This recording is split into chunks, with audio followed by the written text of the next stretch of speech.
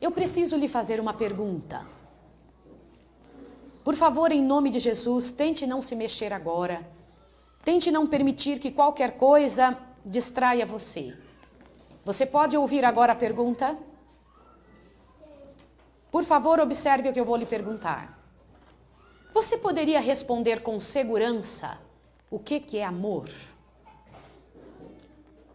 Se Deus dependesse do que você sabe sobre isso, se o Senhor Deus precisasse que você usasse amor para terminar a obra dele, você tem segurança que você estaria usando do jeito certo?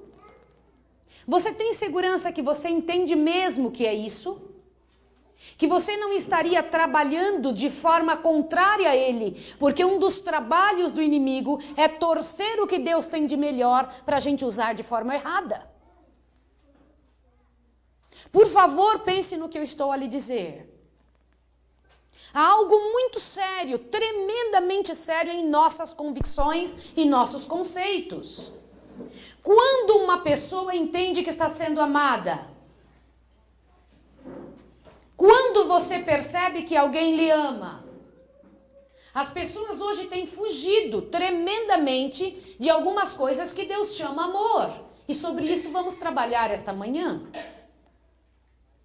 E infelizmente Satanás conseguiu ao longo dos anos mudar os conceitos. Por isso que ontem à noite eu trabalhei com os irmãos no sentido de que mundo, ser mundano, é participar do todo projeto, a maneira como o mundo vive, a maneira como o mundo entende as coisas. Às vezes podemos estar vivendo de uma outra maneira mais recatada, mas nossos conceitos estarem errados. Por isso eu lhe pergunto, a maior necessidade da igreja e do mundo é do amor de Deus, mas você sabe o que é amor de Deus, como ele se revela? Se nosso conceito está errado, vamos estar pregando de forma errada. Vamos estar trabalhando com as pessoas de forma errada e você pode estar aceitando ou vivendo coisas que Deus não está nela. Vamos relembrar o que estudamos nesse final de semana. Você sabia que no dia da morte de Jesus, raríssimas pessoas ou ninguém no planeta acreditaria que aquilo foi uma vitória? O conceito de vitória do mundo é errado. O conceito de beleza do mundo é errado. O conceito de sucesso do mundo é errado. O conceito de amor do mundo é errado. O conceito de crescimento do mundo é errado. Nós estamos na contramão.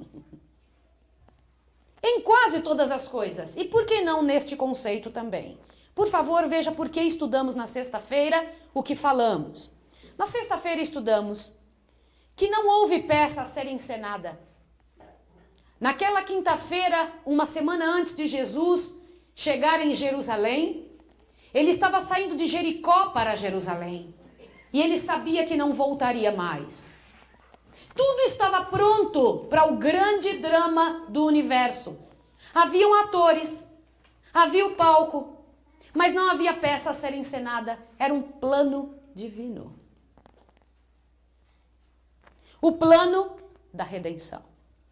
Jesus leu o último capítulo antes dele ter sido escrito. Jesus ouviu o coro antes dele ter sido cantado. Ele sabia quem o levaria à morte, o que fariam com ele e a que horas aconteceria.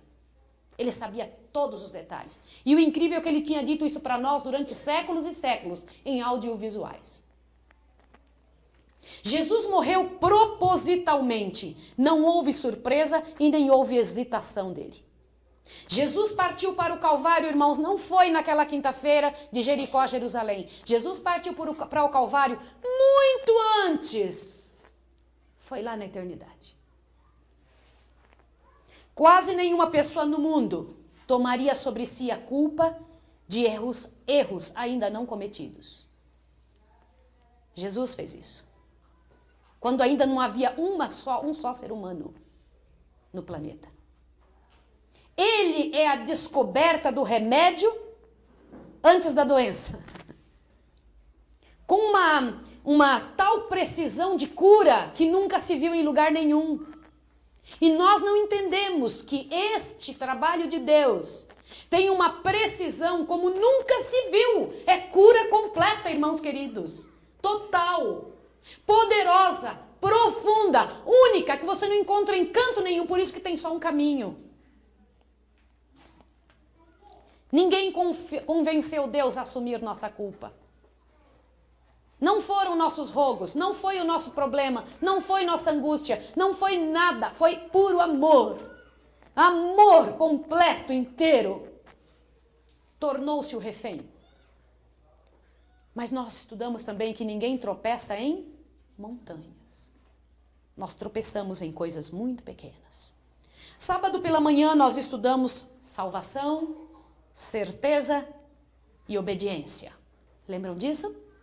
Quando nós sabemos e entendemos que somos salvos, quando compreendemos a beleza e a grandeza disso, temos uma resposta automática. É um negócio tremendo. Quando você entende o quanto foi amado, você trabalha, corre, vai e pergunta, o que mais? Não para ser porque você já tem. Mas o Senhor trabalha em você para você entender por quê. Salvação é o que Deus decidiu, não fomos nós que decidimos. Nós não pedimos para sermos salvos. Deus é que decidiu. Antes da fundação do mundo. E o que é condenação? Se salvação é algo que Deus decidiu, é algo que Ele programou, o que é condenação? Condenação é a situação natural do homem sem Deus. Já estamos condenados. Deus não é responsável pela condenação. Isso é o que o diabo tentou fazer. Foi sábado de manhã que estudamos conosco. Ele nos fez acreditar que Deus é quem condena. Deus não se envolve em condenação. Ele se envolve em salvação. Quando alguém estiver condenado no final, terá sido porque não tomou em suas mãos a providência que já existia antes do início do planeta. Religião não serve para nos salvar. A religião adventista serve para nos ensinar como permanecermos salvos. Queridos, eu vou dizer uma coisa aos irmãos.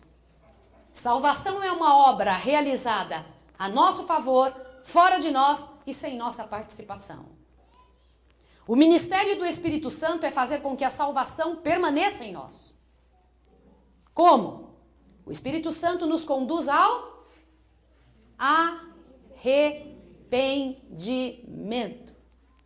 E então confessamos. Quando você tem certeza que tal coisa é pecado, porque ele que convence do pecado, quão tremendo é aquilo e quanto ruim é. E então você pede, Senhor, eu preciso de arrependimento. E então você vai e diz, Senhor, eu quero e eu preciso dizer para o Senhor que eu fiz isso. Eu preciso fazer uma pergunta para você. Você alguma vez já disse para Deus, ajoelhado diante do Senhor, Senhor, eu sou mesmo um mentiroso, ouvindo a sua própria voz? Não vai dar tempo de nós falarmos sobre isso, mas o Senhor Deus não faz um trabalho por baciada. É individual. Fale com Deus, converse com Ele. Peça ao Espírito Santo que lhe ajude a falar e a trabalhar com esse lado, né? Quem morria na cruz? Quem foi aquele que morreu na cruz? Nós estávamos no seu lombo, disse Paulo. Nós morremos com Ele. E quem morreu com Jesus entende e se envolve como Ele se envolveu na salvação de outras pessoas. Nós morremos com Ele. A primeira bênção da salvação é a certeza dela. Segunda bênção da salvação, mudança de cidadania. Nós não somos daqui. Terceira bênção da salvação, creia que você já recebeu a vida eterna. O verdadeiro evangelho prega a graça perfeitamente combinada com responsabilidade. A graça que não é combinada com responsabilidade é uma graça inútil. Graça é presente que gera responsabilidade. Graça nos é concedida para obedecer. Mas a minha obediência não tem poder salvífico. É somente para glorificar a Deus, o autor da minha fé. Obedece porque foi salvo. Olhe bem, só o salvo obedece. O perdido não obedece. Foi isso que tratamos sábado pela manhã. Jesus conquistou o direito de nos perdoar ao viver vida sem pecar e ao morrer nossa morte na cruz. Isso é graça adquirida. Preste bem atenção nisso aqui. Jesus pagou nossos pecados e estendeu seu perdão. Isto é graça oferecida. Jesus nos acolhe no seu reino a todos os arrependidos dos seus pecados. Isto é graça acreditada. Posso dizer uma coisa aos irmãos? Nenhum de nós jamais poderia entrar no céu. Por isso que eu disse ontem que ninguém tem ideia da santidade de Deus.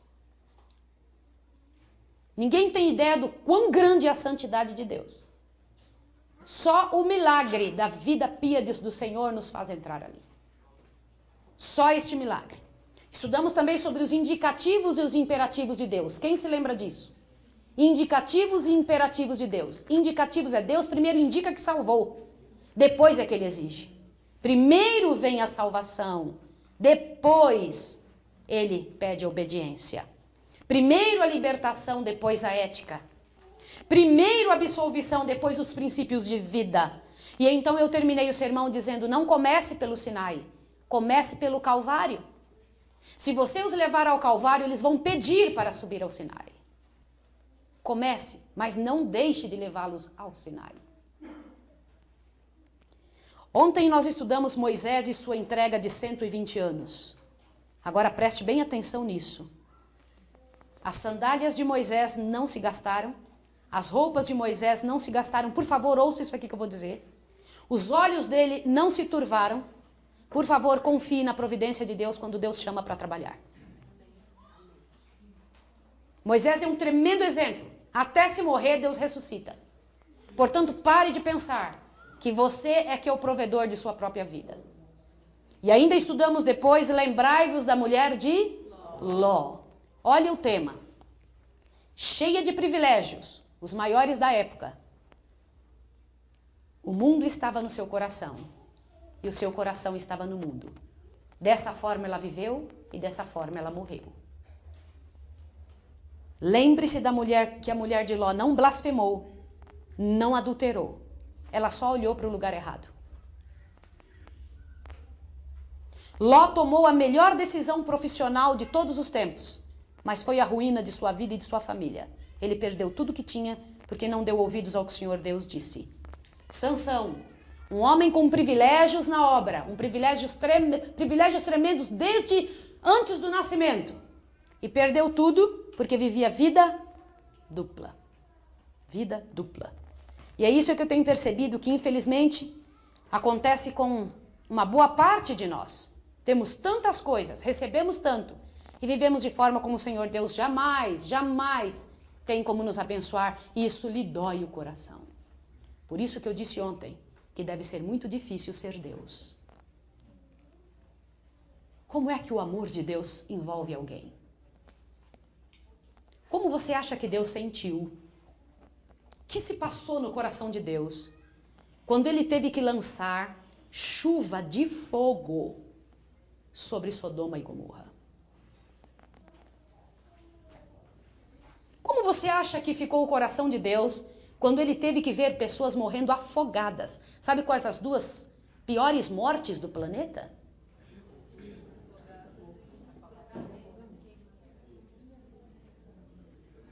Você não acha interessante que tenham sido essas duas maneiras que Deus usou para fazê-los morrer? O Senhor Deus poderia ter feito, sabe o quê? Morram todos. Por que ele fez isso? Eu queria que você pensasse a seriedade de algumas coisas. O chão precisou se abrir, mas não com angústia de alma de Deus para engolir pessoas. Isso foi uma realidade. Foi ou não foi? Por favor, abra sua Bíblia no livro de Neemias. Neemias, por favor, abra sua Bíblia no livro de Neemias, capítulo 1. Eu sei que é um livro pouco lido. Por favor, encontre o livro de Neemias, ele fica antes do livro de Salmos. É nessa parte do Velho Testamento. Neemias. Nosso sermão será um pouco mais curto. Porém, Eu espero em Deus que ele chegue aonde deve chegar, no tremendo trabalho que o Senhor Deus espera fazer no coração de quem entendeu o que entendemos esse final de semana. Neemias capítulo 1, por favor. Observe estas frases que vamos usar aqui agora.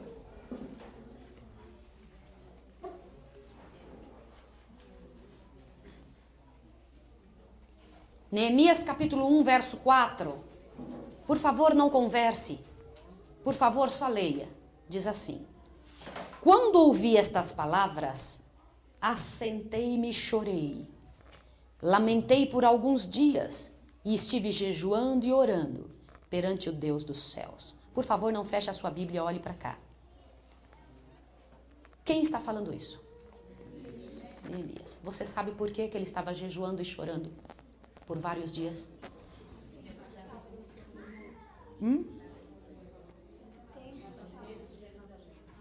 Quando foi a última vez que você jejuou por alguém que não veio para a escola sabatina? Qual foi a última vez que você sofreu e angustiou seu coração porque alguém de dentro da igreja engravidou? Uma menina. Uma das nossas do rebanho de Israel. Quando foi a última vez que você orou e jejuou por causa de pais que não estão sabendo criar seus filhos? E você está vendo isso na igreja. E caminha ali. Quando foi a última vez que jejuamos, que marcamos um momento especial, que buscamos pela net ou por qualquer outro meio de comunicação, pessoas que quisessem se unir a nós para orar pela direção da igreja e pedir a Deus em nome de Jesus que nos ajude a sermos braços de apoio? Neemias fez isso em sua época. Neemias agiu assim. Preste atenção que nós vamos estudar. Eu tenho olhado por toda a cena religiosa de hoje e tudo que eu vejo são invenções e ministérios de homens e da carne. A maioria dos ministérios que existem no planeta Terra são sem poder. Ontem alguém chegou para mim e disse assim, eu não me lembro exatamente quem foi vai se lembrar, mas me disse, irmã Maísa, por que a gente não consegue ressuscitar alguém? Um grande pregador de nossa igreja contou para nós um negócio aí e eu fiquei sabendo de uma forma tão impressionante, isso tem trabalhado na minha cabeça. Eu tenho pensado sobre isso. Ele disse que uma pessoa de uma certa igreja pentecostal estava passando pela rua e ao passar pela rua ela pediu ajuda. Por favor, alguém me ajude. Eu estou muito doente, alguém me ajude. E ele, aquele pregador, foi lá e orou sobre a pessoa no meio da rua. E a pessoa saiu angustiada. E ela chegou mais na frente e ela pediu a mesma coisa, porque ela continuou se sentindo mal. Bateu numa outra porta e ele ficou olhando. E então, naquela outra porta, a pessoa que saiu orou sobre ele, pôs a mão sobre a cabeça e a pessoa saiu curada. Ele disse que ele ficou muito mal com aquilo, voltou para dentro e ajoelhou e disse, Senhor, tem misericórdia de mim, me responda. Por que eu não pude fazer o que aquela outra pessoa fez? E ele foi na casa do vizinho e perguntou, o que você fez? Eu orei. Você orou? Em nome de Jesus. E não tinha muitas explicações, só isso. E ele voltou e falou, Senhor, me ajude. Eu orei em nome de Jesus. O que aconteceu? E ele não deu paz ao Senhor. Olha o meu termo, né? Ele não deu paz ao Senhor até que ele ouviu o seguinte. Aquelas pessoas entenderam o meu amor. E você ainda não entendeu isso. E ele nos contou. E eu tenho pensado nisso. Por que a maioria é sem poder? Não tem impacto real no mundo. Sabe o que deveria estar acontecendo conosco? Termos um impacto no mundo tão tremendo, tão profundo, Que as pessoas, ao passarem, a observarem, em todos os lugares, em todos os governos, em todos os espaços, todas as pessoas deveriam nos chamar. A primeira pessoa a ser chamada para qualquer tipo de situação de urgência deveria ser um de nós. Nós deveríamos ser lembrados em primeiro lugar. Como aqueles que solucionam, como aqueles que resolvem, como aqueles que entram em um lugar e mudam a situação. Estes sinais acompanharão os que creem.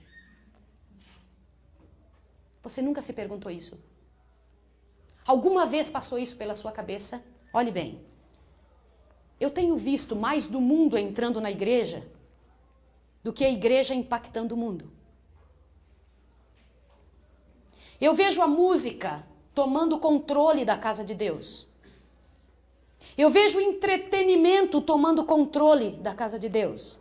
Obsessão por entretenimento. Obsessão. É preciso vir e sentir alguma coisa. E sair, olha, eu não senti nada. Uma obsessão por entretenimento. Uma aversão à correção. Uma aversão à censura. Ninguém mais quer ouvir isso. O que aconteceu com a angústia na casa de Deus? O que aconteceu com a angústia no ministério? É uma palavra que não se escuta mais nesta era mimada. Nós estamos vivendo numa era mimada. Você não escuta mais. Angústia, sabe o que significa angústia? Significa dor extrema e sofrimento. Quem escutou o meu sermão sobre, não meu, de Deus, né? Sobre o selamento.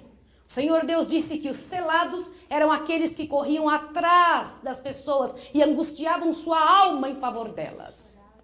E choravam e sofriam por elas e corriam atrás delas para tentar ajudá-las. E não aqueles que apontavam o dedo para elas.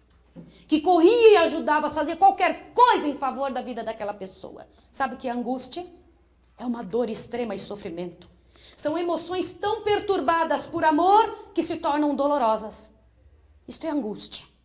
Sentir profundamente uma dor interna por causa das condições a respeito de outra pessoa, a respeito do que o outro está sentindo, o que está acontecendo à sua volta. Angústia, dor profunda, sofrimento profundo que fez Jesus chorar frente a Jerusalém. Dor profunda. Agonia do coração de Deus. Deixa eu lhe fazer uma pergunta. Você acha que tem alguma coisa errada lá na casa de Deus? Deus não se angustia por si. O Senhor é angustiado por nós. A dor de sua alma em função de cada vida. Não tem uma lágrima que cai aqui que Ele não sinta. Não há dor que Ele não perceba. É isso ou não é? Nós somos seus filhos. Seus representantes. Nós nos agarramos às nossas retóricas religiosas e nossas conversas sobre avivamento, mas nos tornamos tão passivos em relação à miséria alheia. Toda verdadeira paixão por Cristo, ouça o que eu vou lhe dizer aqui, toda verdadeira paixão por Cristo nasce da angústia de um batismo nas coisas de Deus. Toda verdadeira paixão por Cristo vem de um batismo na angústia. Se você buscar nas Escrituras, você vai descobrir que quando Deus determina a restauração de uma situação arruinada, quando Ele determina que um lugar vai ter que ser restaurado, que está totalmente arruinado, Ele compartilha a sua própria angústia por aquilo. E Ele percebe que as coisas vêm subindo à tona, e Ele sabe o que vai levar, e Ele se angustia, Ele fala isso conosco. É assim na Bíblia. E Deus tomaria literalmente o lugar desse homem, mas Ele já fez isso. Você encontra alguém que age assim no livro de Neemias. Neemias fez isso. Jerusalém está em ruínas, Jerusalém está em miséria e pecado por seu próprio pecado, Jerusalém está em misérias porque o povo permitiu entrar o que não prestava, e está escravo, e está numa miséria sem fim, Como Deus vai lidar com isso? Ouça bem aqui. Deus toma uma posição. Como Deus vai lidar com isso? Como Deus vai restaurar as ruínas? De que maneira? Neemias não era um pregador. Não era um homem de carreira. Ele era só um homem de oração. Cadê o cargo dele? Era só um homem de oração. Deus encontrou um homem que não tinha somente uma faísca de emoção. Não apenas uma grande repentina explosão de preocupação. E depois deixaria essa preocupação morrer. Ele encontrou um homem que claramente disse: sentei-me e chorei, lamentei, jejuei. Então comecei a orar noite e dia. Por quem? Por ele? Porque ele estava sem dinheiro? Porque havia um problema interno na casa dele? Não. Pelas pessoas que ele tinha entendido que tinha um valor tremendo. Porque os outros homens ao redor não tinham uma resposta para tanta apostasia? Porque de tantas pessoas que estavam sofrendo igual, ninguém tinha se envolvido? Por que Deus não usou essas pessoas para restauração? Por que eles não tinham nenhuma palavra a dizer?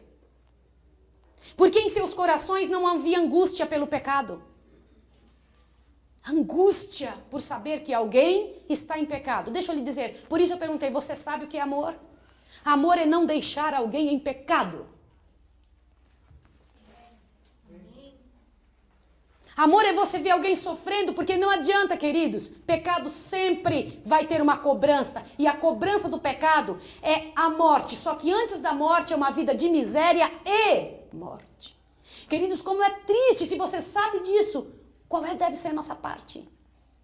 E Neemias sabia. Só que as pessoas que conviviam com ele, em seu coração não havia angústia pelo pecado, nem um choro, nenhuma palavra de oração. Por isso, tudo ruína. E vocês sabiam, eu descobri um negócio tremendo ao tentar estudar a situação de Israel. E quando eu li isso, eu fiquei uns momentos andando dentro de casa pensando sobre aquilo. Falei, meu Senhor, como é que eu não tinha visto isso? Entre o povo de Israel, eles não só murmuravam contra Deus, murmuravam entre si, reclamando uns dos outros e nunca assumiam que o problema estava neles mesmos. Sempre achavam que estava em outras pessoas. Estavam em ruínas e apontavam para os outros, sem ver que neles também poderia estar a solução. Que alguém precisava começar a fazer alguma coisa. Neemias entendeu isso. Neemias entendeu. E você, meu irmão querido, você se importa hoje? Você se importa que a Jerusalém espiritual de Deus, a igreja esteja agora casada, muitas vezes? Não a igreja em si, muitas pessoas casadas com o mundo. E aí as pessoas, como já não gostam mais de ouvir alguma coisa, elas se incomodam, acham que você é maluco se você tiver que falar.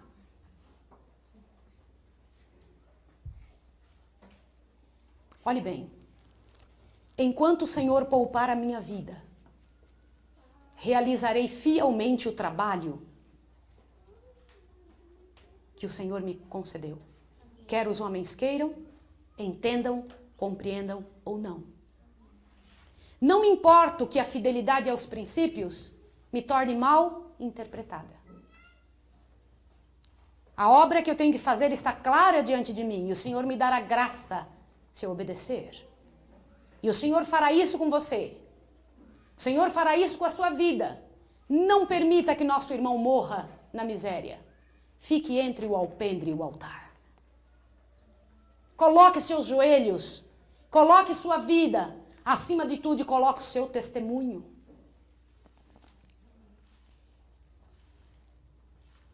Você se importa com a Jerusalém que está em nossos próprios corações?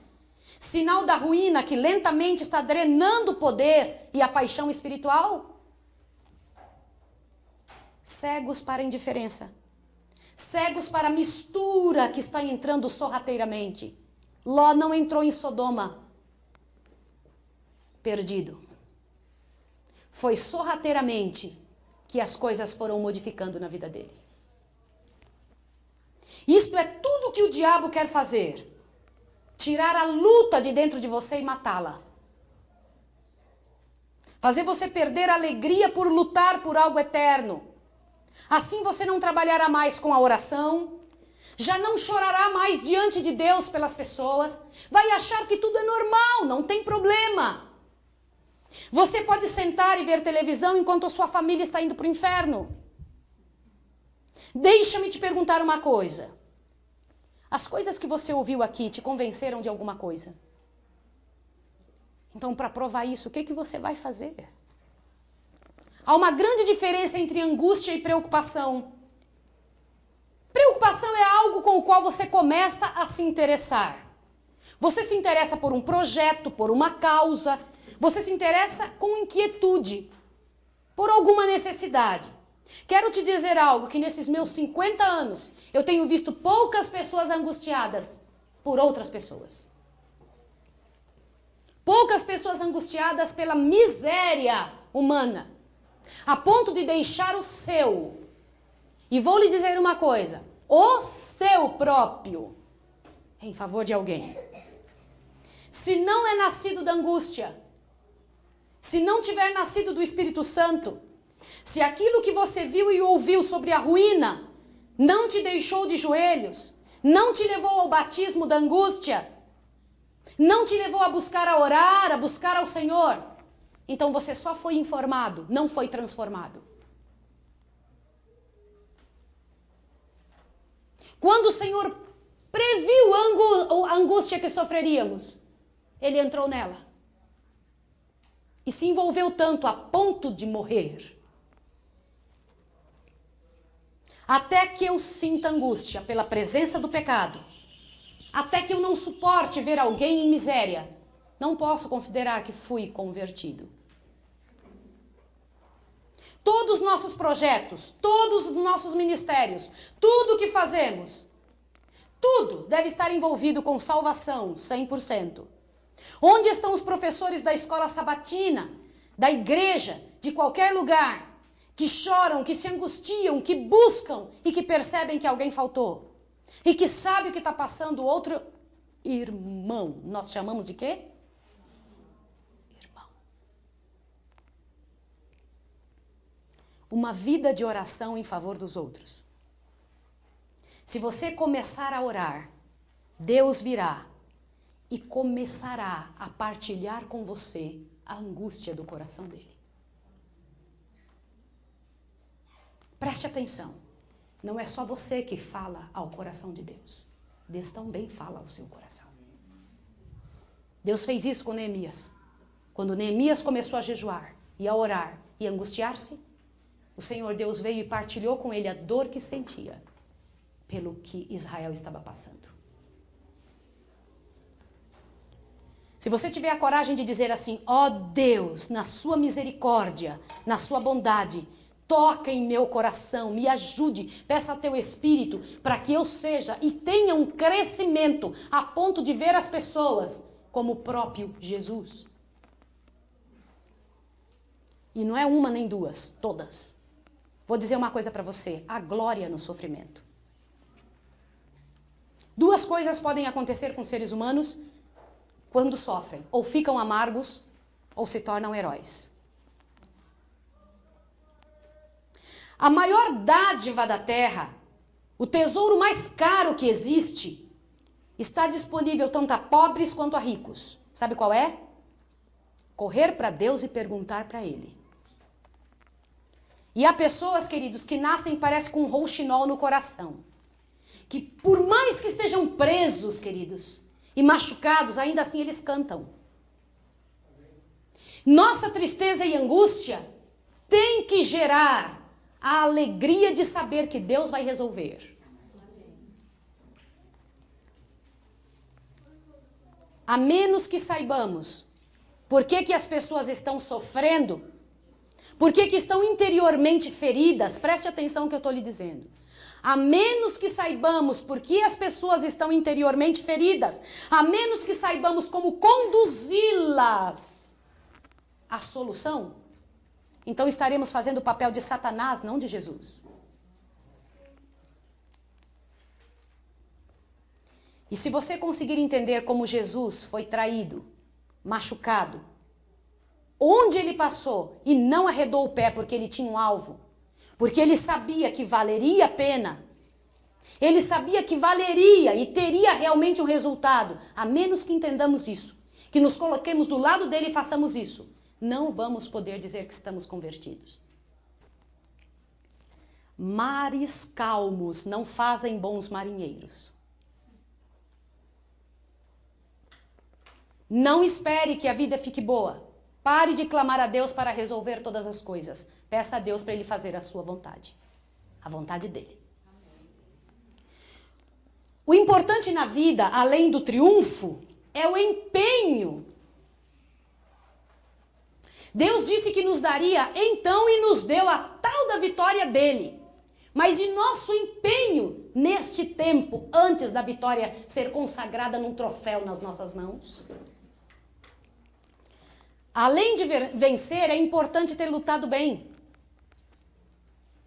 E eu preciso dizer uma coisa para você. Não se importe com as dificuldades e as misérias que você possa vir a passar por ter que trabalhar dessa forma contrária ao mundo.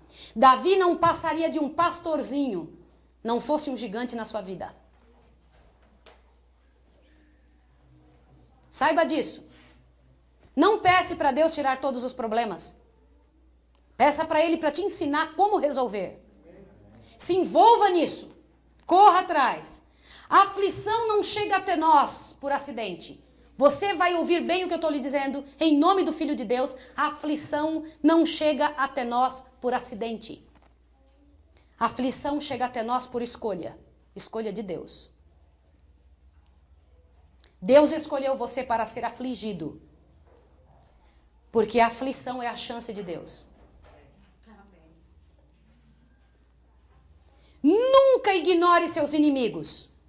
Você precisa tanto deles quanto seus amigos. Corra, ajoelhe-se diante de Deus toda vez que alguém te fizer alguma coisa que você percebeu que é para ferir você.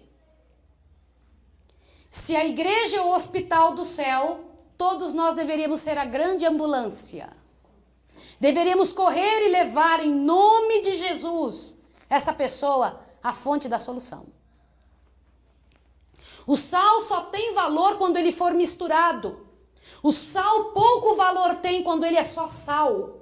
Ele tem que ser misturado. Ao sair daqui, misture-se. Você pode estar aí sentado pensando, mas como? Querido, em nome de Jesus, se você for ao pé do Senhor, você vai ficar espantado a quantidade de coisas que Ele te dará para ver, fazer e perceber. Às vezes, querido irmão, Deus acalma as tempestades. Às vezes, Ele acalma o marinheiro. Mas às vezes Ele nos ensina a nadar.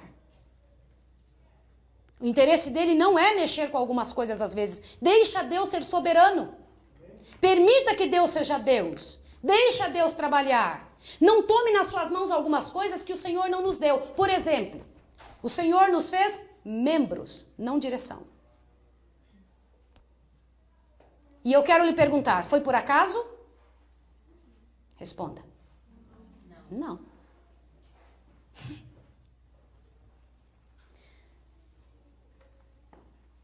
Você sabe que o hábito de falar com Deus muda o jeito da gente falar com pessoas.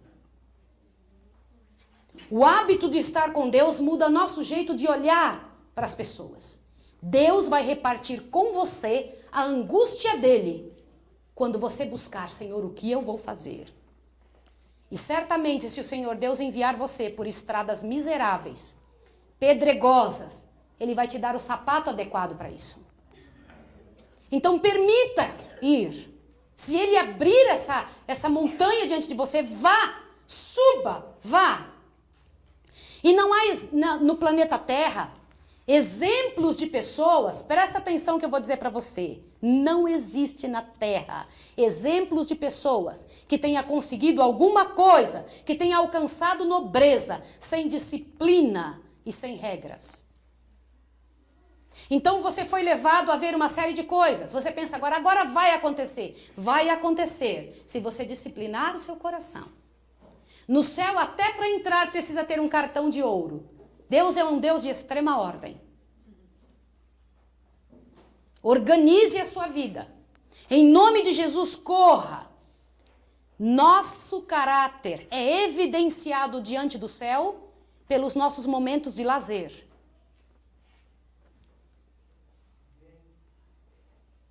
O Senhor Deus consegue mostrar quem somos diante do céu por aquilo que fazemos quando estamos em momentos de paz, de sossego. E se tivermos reforma em nosso pensamento, teremos reformas em nossa ação. Eu preciso repartir uma coisa com os irmãos de forma muito pessoal, de muito pessoal agora. Eu tenho tido uma preocupação muito séria com aquilo que eu entendo que são os últimos minutos que nós temos na história da Terra. Nosso Deus tem nos dado uma lição por 6.000 anos a esta humanidade e à humanidade celestial sobre como tratar a miséria humana. Por exemplo, deixa eu lhe fazer uma pergunta. Você já parou para pensar se Deus sabe ou não quem vai se salvar? Sabe ou não sabe? Desde quando ele sabe? Desde quando? E o que Jesus está fazendo agora no santuário celestial? Tem 2.000 anos que ele subiu ao céu para no céu ter uma obra especial e está demorando 2.000 anos. O que ele está fazendo durante esse tempo no céu? Porque ainda não voltou, né? O que ele está fazendo no céu?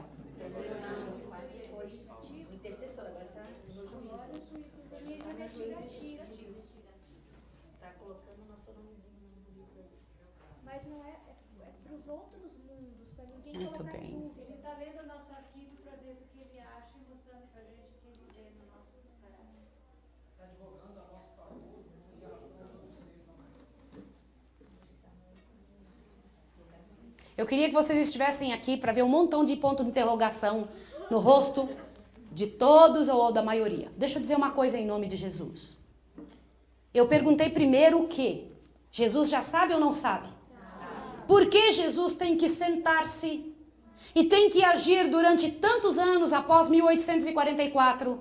Um tremendo trabalho que ele tem que desenvolver em favor de quem, irmãos?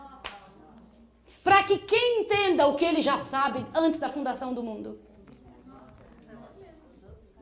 Olha a paciência desse Deus.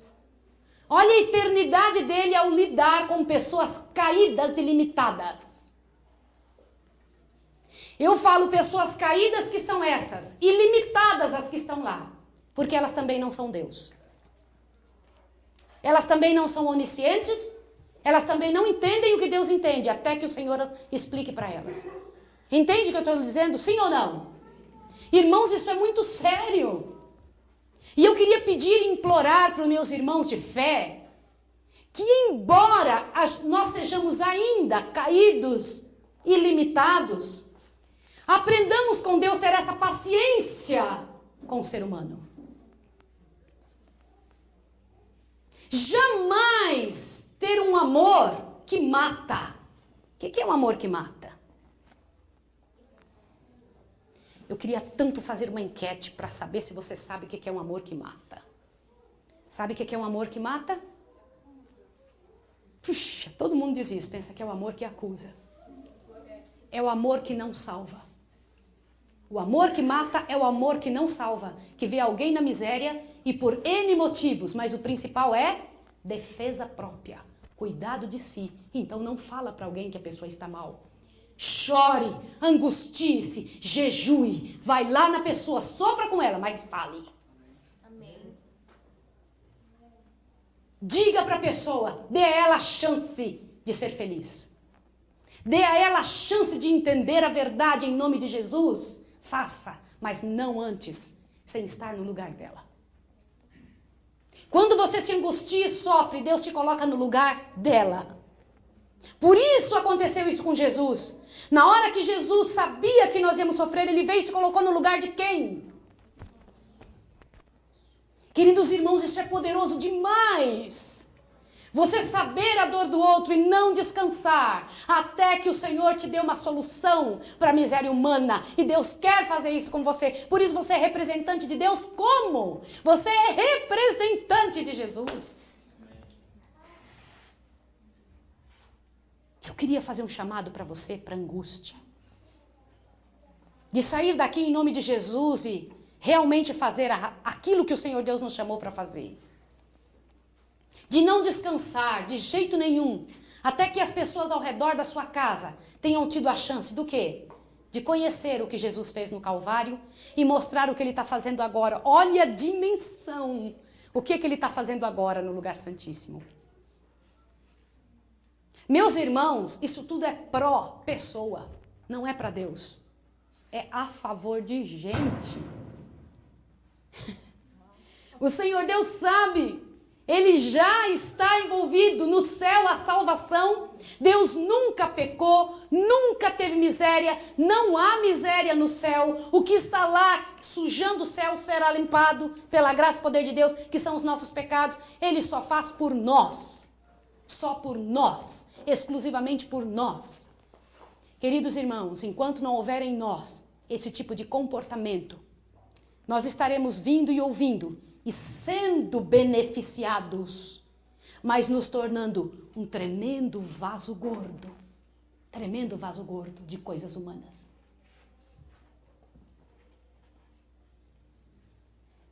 Eu quero lhe fazer um pedido em nome de Jesus. Nós não temos como estar em todos os lugares, nem você tem como estar em todos os lugares. Ontem alguém aqui, depois que nós terminamos, falou: aonde estamos pregando para 2.000 pessoas por dia, 2.000, 3.000?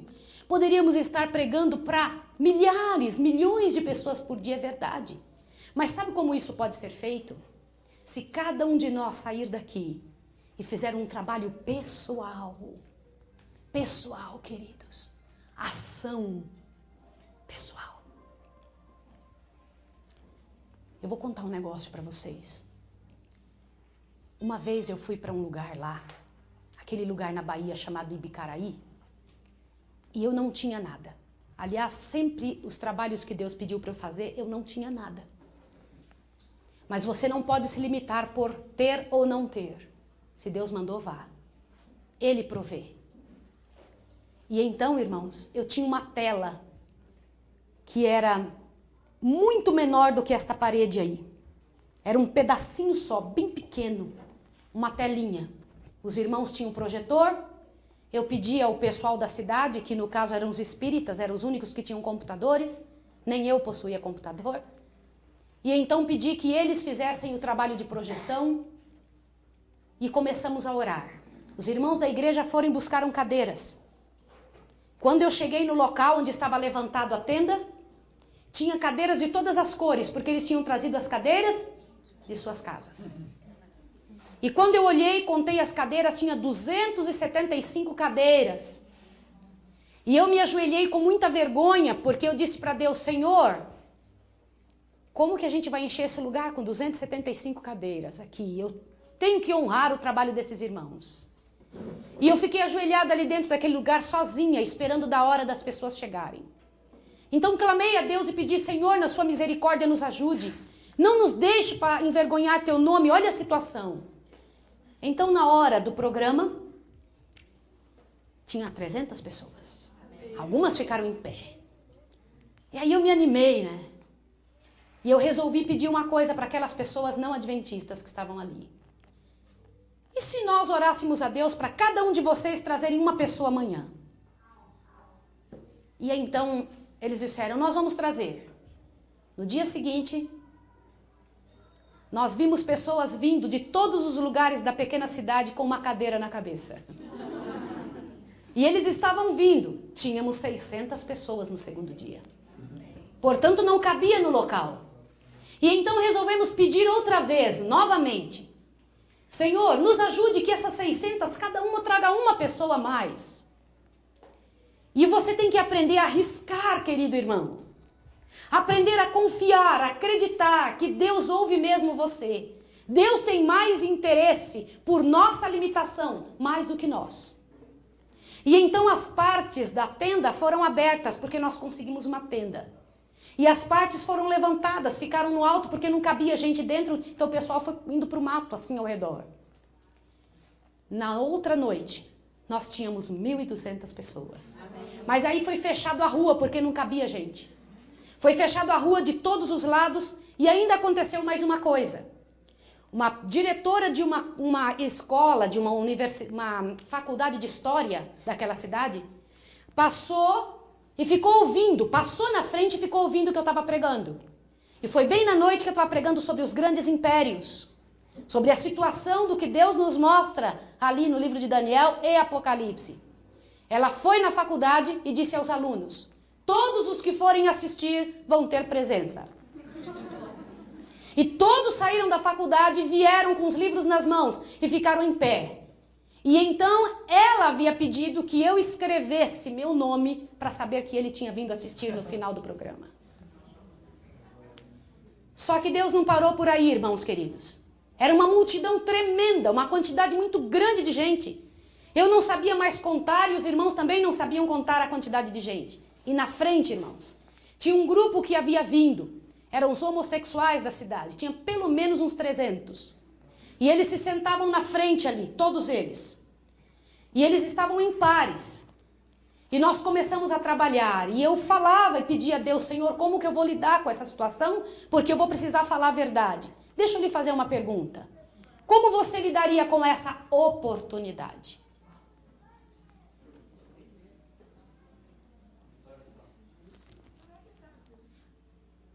Nós somos, olha o que eu vou lhe dizer, equivocados com algumas coisas. Nós pensamos que amar alguém é esconder dela a real situação. Nós pensamos que estamos sendo, olha o que eu vou dizer a você, maus, se nós abrirmos o jogo com as pessoas. E então eu arrisquei pedir para elas: vocês me dão licença de dizer uma coisa. Em nome de Jesus, me dirigi especialmente para aquele grupo. Eles disseram: pode falar. Eu falei: eu vou dizer algo que pode ser que machuque vocês. Vocês se importam que eu diga? Alguns ficaram meio assim. Eu falei: eu só vou dizer se vocês concordarem. Eles falaram: pode falar, pode dizer. E então eu expliquei que tinha saída assim. Que havia como recuperar a vida. E que tinha sim, certamente, Deus tinha poder para libertar qualquer pessoa.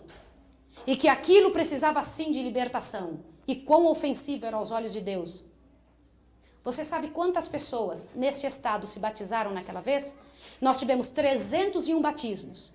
Deles, 50 e alguma coisa eram daquele grupo. Uma moça naquele dia se levantou, a companheira dela segurava na mão, ela soltou a mão e ela tinha entendido: eu estou atrapalhando você de ser salva. Eu quero essa salvação, ela disse.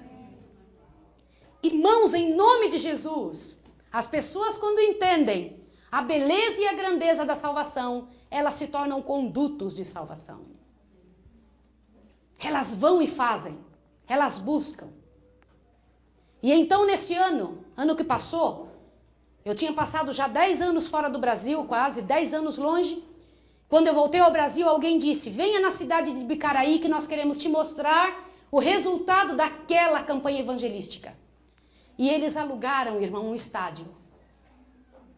Eu queria contar a vocês que na hora que eu vi aquela multidão de gente, eu e meu esposo lá, fomos à frente e o pessoal, o irmão da igreja falou assim: eu gostaria que se levantasse as pessoas que foram resultado daquela campanha evangelística.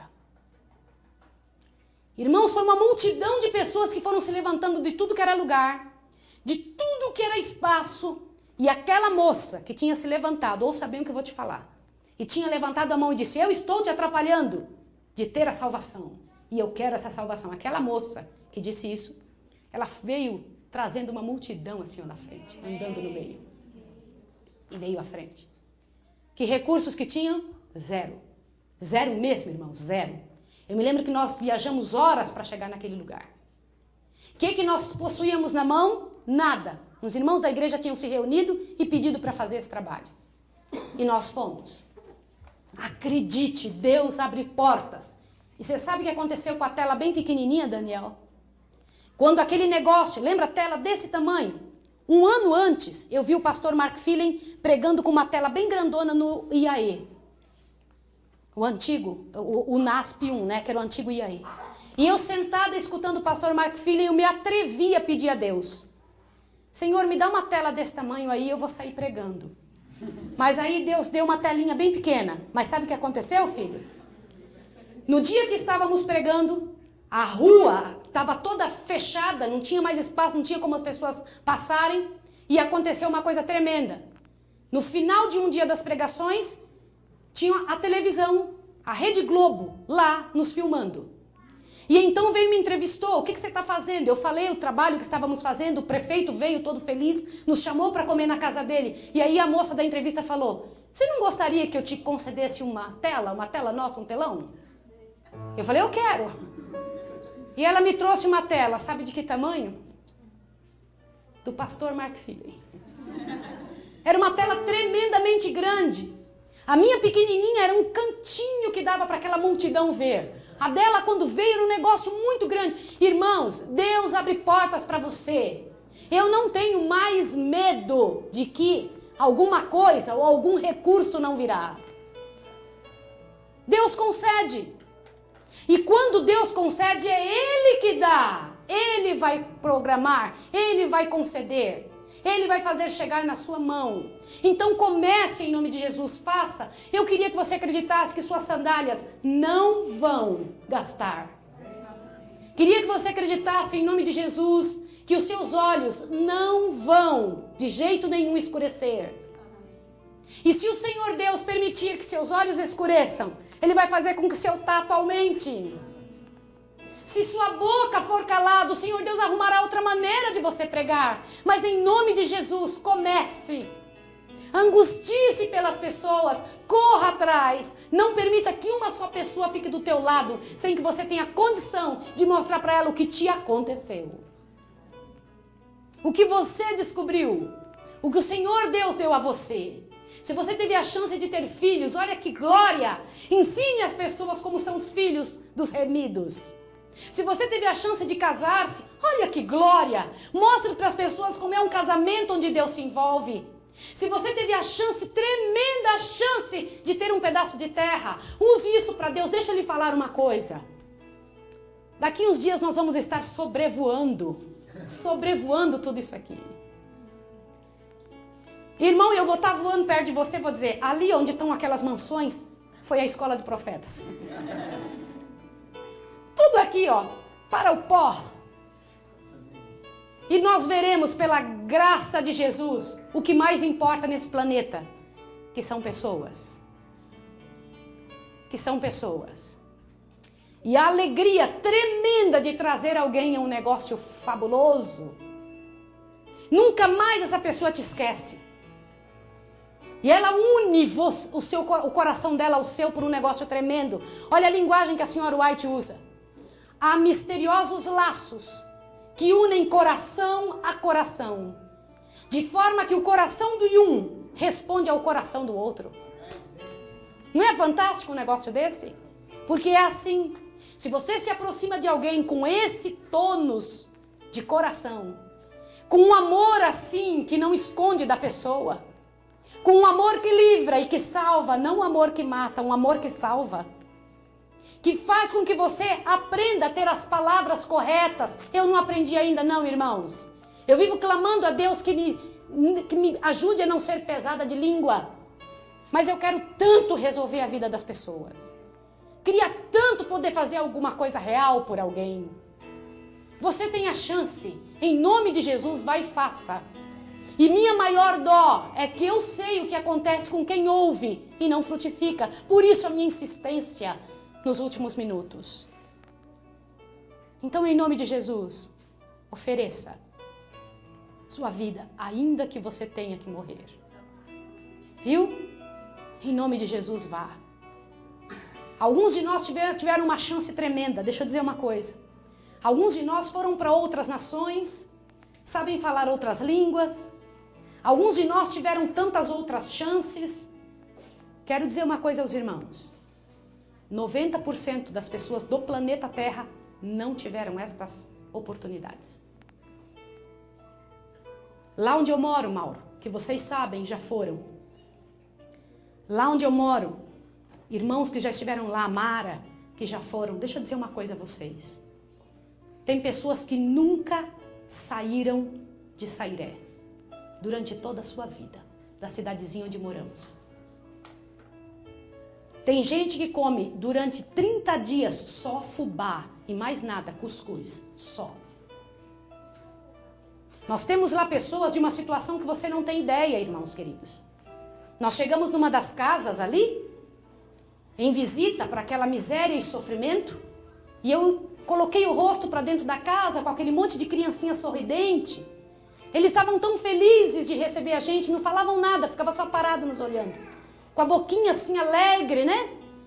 Contentes. E eu coloquei o rosto para dentro da casa. Não tinha uma cama. Só tinha alguns caixotes e um fogão a lenha.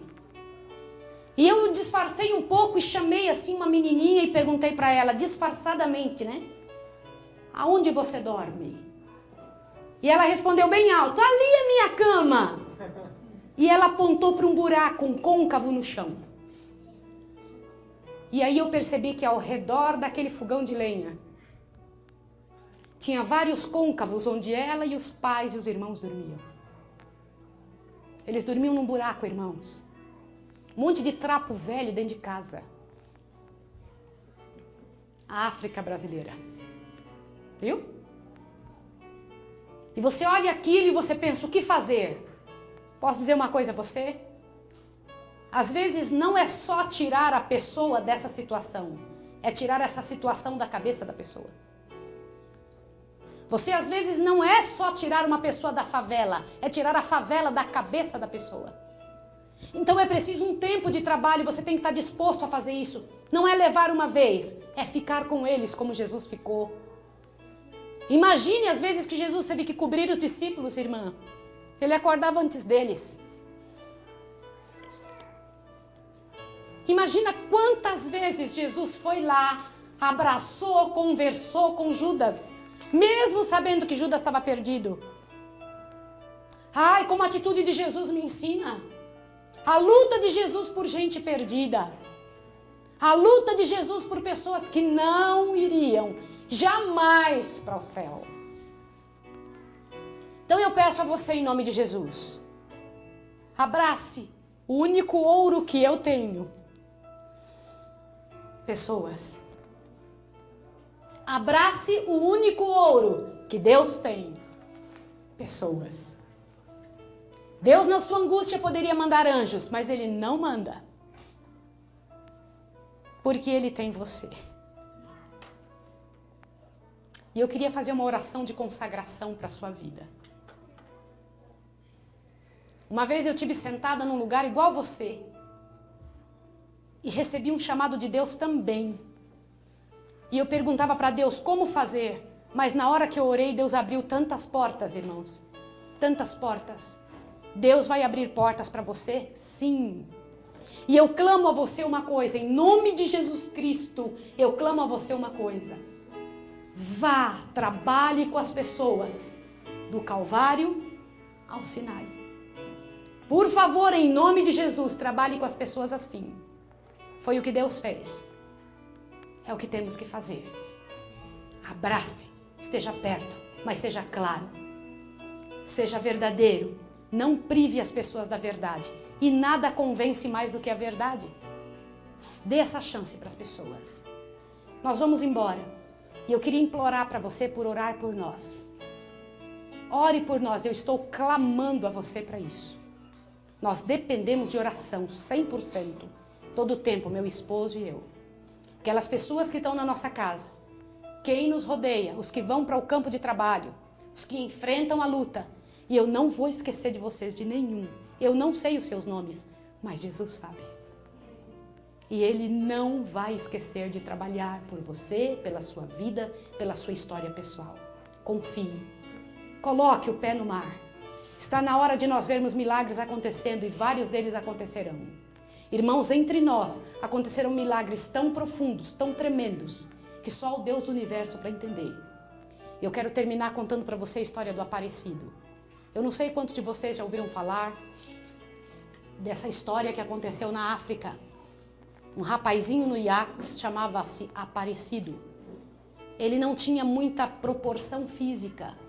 Era destituído até de beleza física.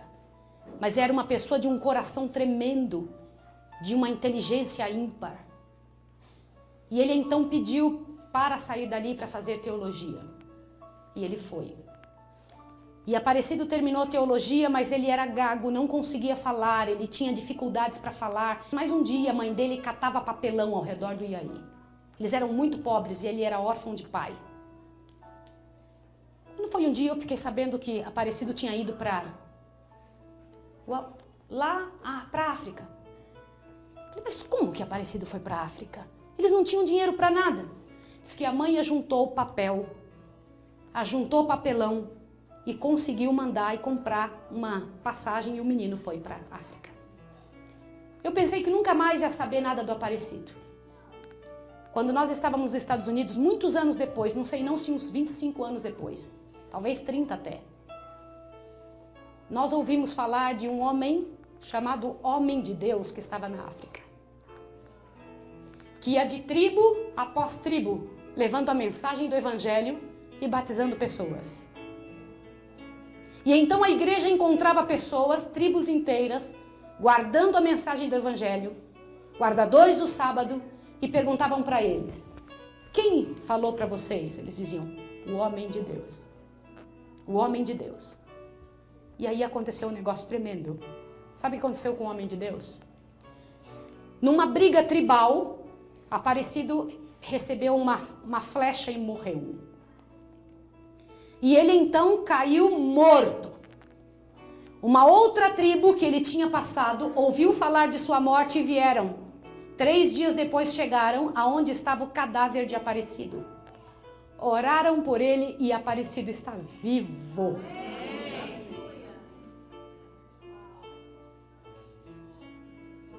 Eu nunca mais ouvi falar nada dele. Essa foi a última notícia. Nessa época eu corri, perguntei para as pessoas ao redor do Iaê, quem sabia daquela mulher que catava papelão? Quem conhecia, por favor, eu precisava encontrar com ela. Eu queria saber se ela sabia alguma coisa dele. Eu queria encontrar ele, E foi então que alguém colocou ela num telefone e eu consegui falar com ela. Eu disse, onde está Aparecido? Aparecido está lá nas terras distantes. Aparecido está trabalhando para Deus. Falei, mas eu fiquei sabendo que aconteceu algo com ele. A senhora sabe? Sei, filha. Bendito seja Deus. Eu só vou ver ele só quando chegar nas mansões celestiais. Ela dizia. Aí eu não contei nada, não falei nada para ela. Deixei. Ela estava feliz demais da vida. Contente porque tinha dado filho para o trabalho do Senhor. Um homem que vive no meio do nada, irmãos. De selva após selva. Buscando dentro daquela miséria. Gago, viu? Sem nada na mão. Sem nada no bolso. Buscando o ouro de Deus. Ele traz essas pedras preciosas e coloca elas numa posição onde elas conseguem entender, mesmo sem nenhum centavo, que ele não tem nada para dar para elas também. Conseguem entender que elas são ricas, extremamente ricas, poderosas diante do Senhor. Garimpando almas. Eu não sei, nunca mais vi, não sei nada disso. Eu me lembro que quando contaram a história dele lá na igreja de Fort Lauderdale, um irmão levantou, chamado Moisés Dobelim, disse, eu fiquei com esse rapaz na minha casa, lá no Iaê, eu me lembro dele. Falei, você lembra, Moisés? Ele falou, lembro. Eu nunca mais vi Aparecido.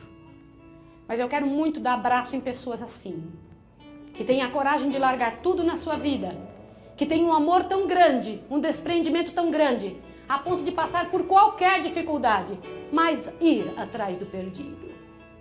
Que Deus abençoe você. Que Deus fortaleça você na tremenda obra e no profundo desafio que você recebeu ao vir aqui. Que ao voltar para casa, jamais a sua casa veja a mesma pessoa. Você não vai usar a sua boca para jamais, de forma nenhuma, denegrir ninguém. Você usará seu coração e sua boca para levantar em nome de Jesus, o nome de Jesus, porque quando ele for levantado, todos serão atraídos ao Senhor. Pense nisso. É a única pregação que vale a pena, levantar Jesus. É a única coisa que vale a pena, queridos, ainda que tenhamos pontos e detalhes que ainda precisam ser trabalhados, olha o que eu vou dizer. Levante Jesus. Levante Jesus da forma correta. Em nome de Cristo. Em nome do céu. Em nome do sacrifício do meu Redentor, do seu Redentor. E meu apelo para você é: há alguém entre nós que queira passar por problemas, receber um chamado à angústia, de parar de pedir a Deus só por você, de clamar a Deus para Deus lhe dar para doar, de clamar ao Senhor para que você seja instrumento ainda que tenha que sofrer? O Senhor Deus não está aqui para solucionar problemas. Ele já resolveu o maior problema da terra. Ele não é uma máquina de trazer bênçãos. A razão de o Senhor é poder usar você. Deixe Deus ser Deus, ainda que Ele tenha que te usar em meio ao sofrimento. Alguns de nós não veremos nossa vida sendo resolvida 100%, porque teremos que entrar no céu. Olha o que eu vou dizer para você. Dizendo: eu passei por tudo isso, mas pela graça de Deus estou aqui. Entendeu isso? Então levante a sua cabeça em nome de Jesus. Se houver alguém que queira, eu vou orar só para os que quiserem, porque essa é uma oração de bênção. E depois eu orarei por todos. Se houver alguém que quer, por favor, fique em pé. Amém. Amém.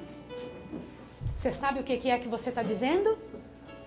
Você está dizendo para o Senhor que você está disposto a qualquer coisa. Qualquer coisa. O que for preciso. Qualquer situação em favor do ouro de Deus. Nós temos que parar de pensar em nós. Deixa Deus pensar em nós. E começar a pensar nos outros. O Senhor é que preocupa-se com você. E não há nenhum lugar na Bíblia onde Deus pede para você resolver o seu problema. Deus diz que Ele resolve o seu problema. Mas sim, Deus pede para você correr atrás das pessoas e ajudá-las, encaminhá-las à solução. Eu vou orar por você em nome de Jesus, pela sua vida, pela criação dos seus filhos, para que nossos ministérios tenham poder, para que em nome de Jesus sejamos a força da igreja de Deus na terra, para que nós possamos ser aqueles que fazem a diferença sendo a solução. Feche os seus olhos.